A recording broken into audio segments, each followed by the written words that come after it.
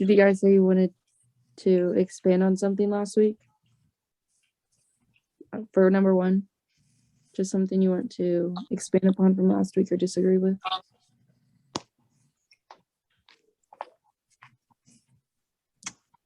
Or no?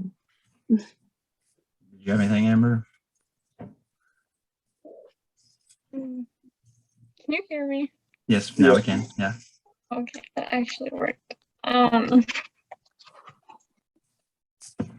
Maybe just we talked a little bit about ADHD and how it's overdiagnosed because a lot of the outside influences aren't considered, like children starting school later or earlier and being younger than their classmates, and then that being a sign of ADHD, even though they're just younger, so they're not developing the same speed.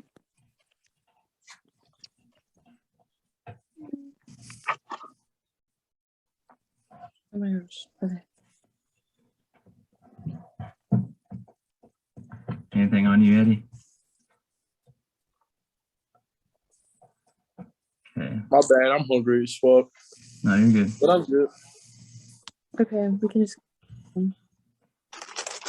Okay, phone usage. Why are we so addicted to our phones? What are some reasons that you think parents let their children use phones? What can we do to fight phone addiction? Just don't give them phones so young.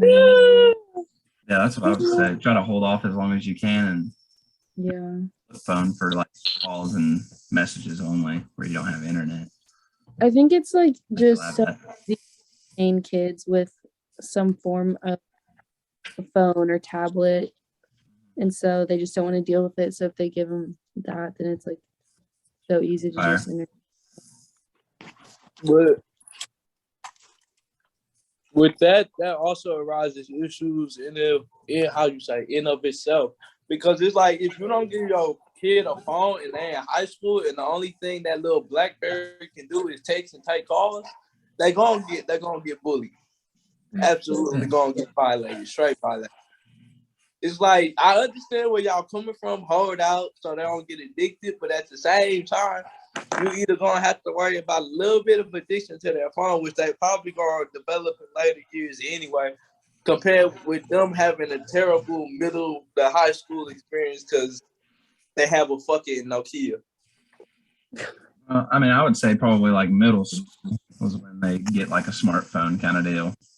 Oh yeah, then that's fine. Shit. Like hold off, because there's kids that are probably like what 8, 10 years old that have smartphone. So that's where the problem probably. Hold off as long as possible. They're not high school when they drive. Really? When they don't have a phone? Come on now. Yeah. That's a terrible thing. There's also just like, I mean, apps are made to like keep people wanting to like get on them, get back like on your phone. Like TikTok is so addicting. I mean, I can vibe with TikTok. I'll watch it, but like I can't. It depends. I won't sit there and watch it for hours. It gets like a good maybe 10, 15 before I get bored. There's also just a large population of people that just kind of sit there and watch TikToks. Yeah. To fight phone addiction, we've got screen time now, so we can set screen time or internet access on the kids, so they shut off at a certain time for bed or something. I think you can do that. Anybody else want to add to that? You don't have to. I'm trying to make it go quicker if we can. No, you're good. You're good. Oh, did Kat already get off of this? Yeah, I think. Oh. Yeah. I thought she was still on here. Okay. Well, we can still move on to the next one. Yeah. What is your experience with standardized testing? Is it a good thing? I think it's a scam. Why? I think it's kind of unfair to judge someone's knowledge based off just like standardized testing. Like, cause like people, I've known like really smart people, and they just like they get like test anxiety or something, and they just like don't do as good on their tests. But that's just because it's like a lot more pressure. Typically, usually proctored, stuff like that. I don't know what to think about it because I've never like had a problem with it, but Yeah.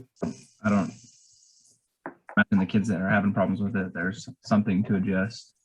But Yeah, I myself never really had an issue with standardized testing. It's a test, you take it and you pass it. yeah, I just don't like tests. yeah, they didn't really explain the importance of them.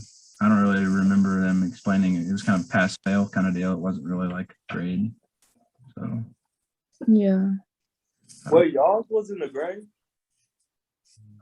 I mean, I'm sure there were so many points out of so many points, but it was just you had to reach that certain number. That's all they cared. I think when we did, because I don't remember taking the standardized test past like middle school. Yeah, I probably did. But like, I remember it counted like it was like our final. A standardized test was basically our final, so it would count for a portion of our grade at the end of the year. ours was just like state testing. Is what I thought they were talking about. So I guess with it tests. reflected the school more than that, more than you. Yeah, it was just like school a lot though. Yeah, factor into how much money the school gets per year. Yeah. Yeah. Anything else? Do you want to move on to the next? Yeah. Evening dinners as protective factors, or evening dinners as protective factor against drug abuse. Do you agree?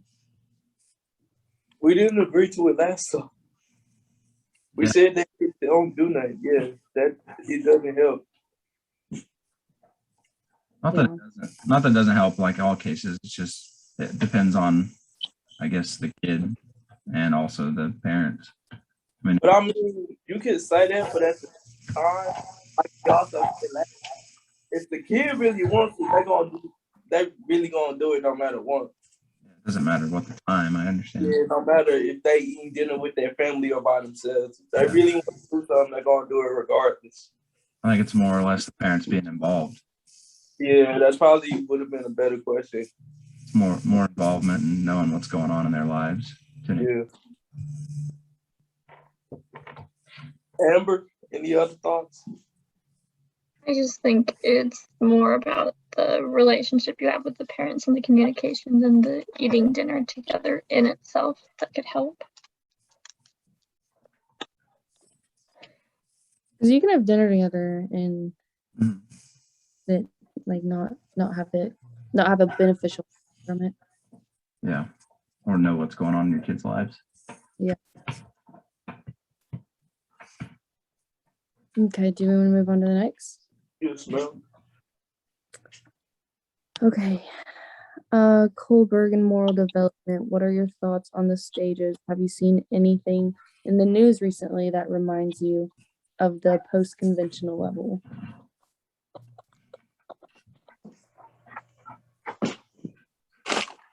Oh, shit.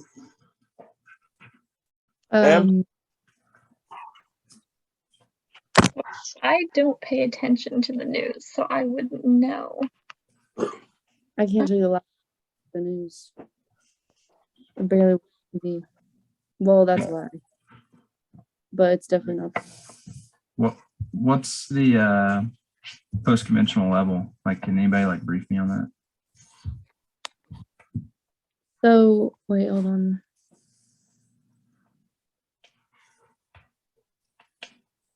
That's like after the age of like 9. Because before that's pre-conventional.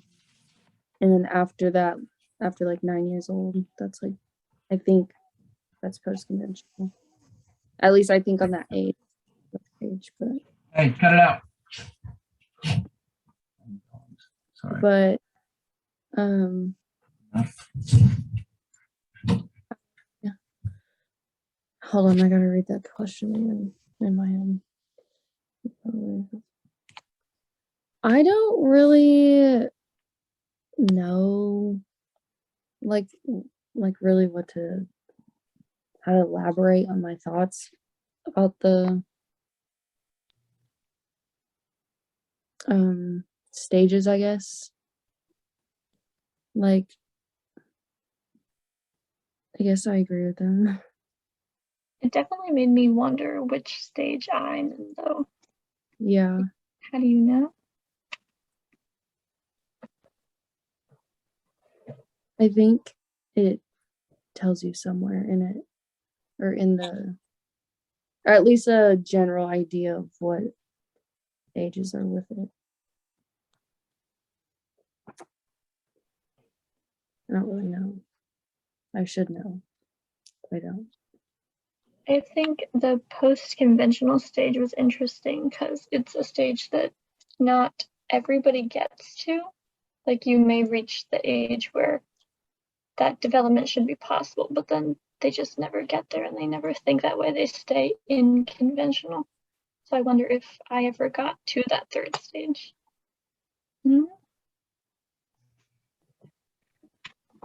That's good food for thought.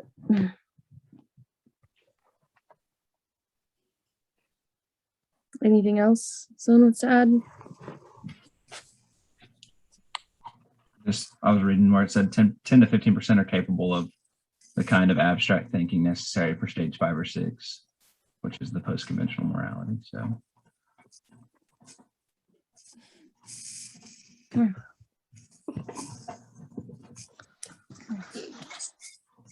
Sorry.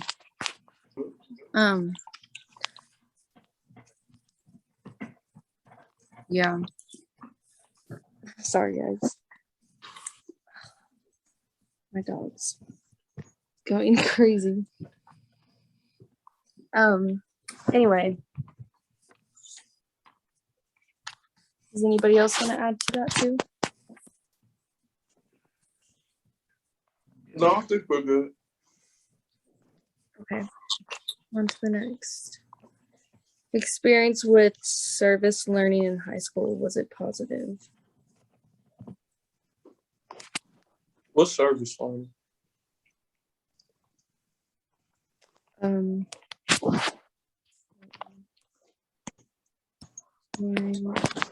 So I have to turn.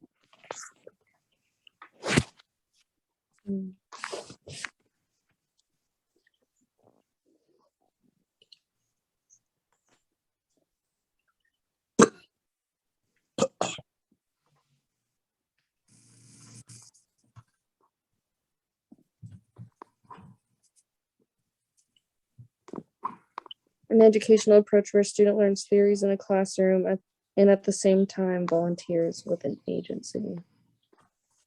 I don't think I ever had that. If I did, then I didn't know. That'd be like FCCLA or some kind of like student council thing, I guess. That would do that kind of stuff, I guess.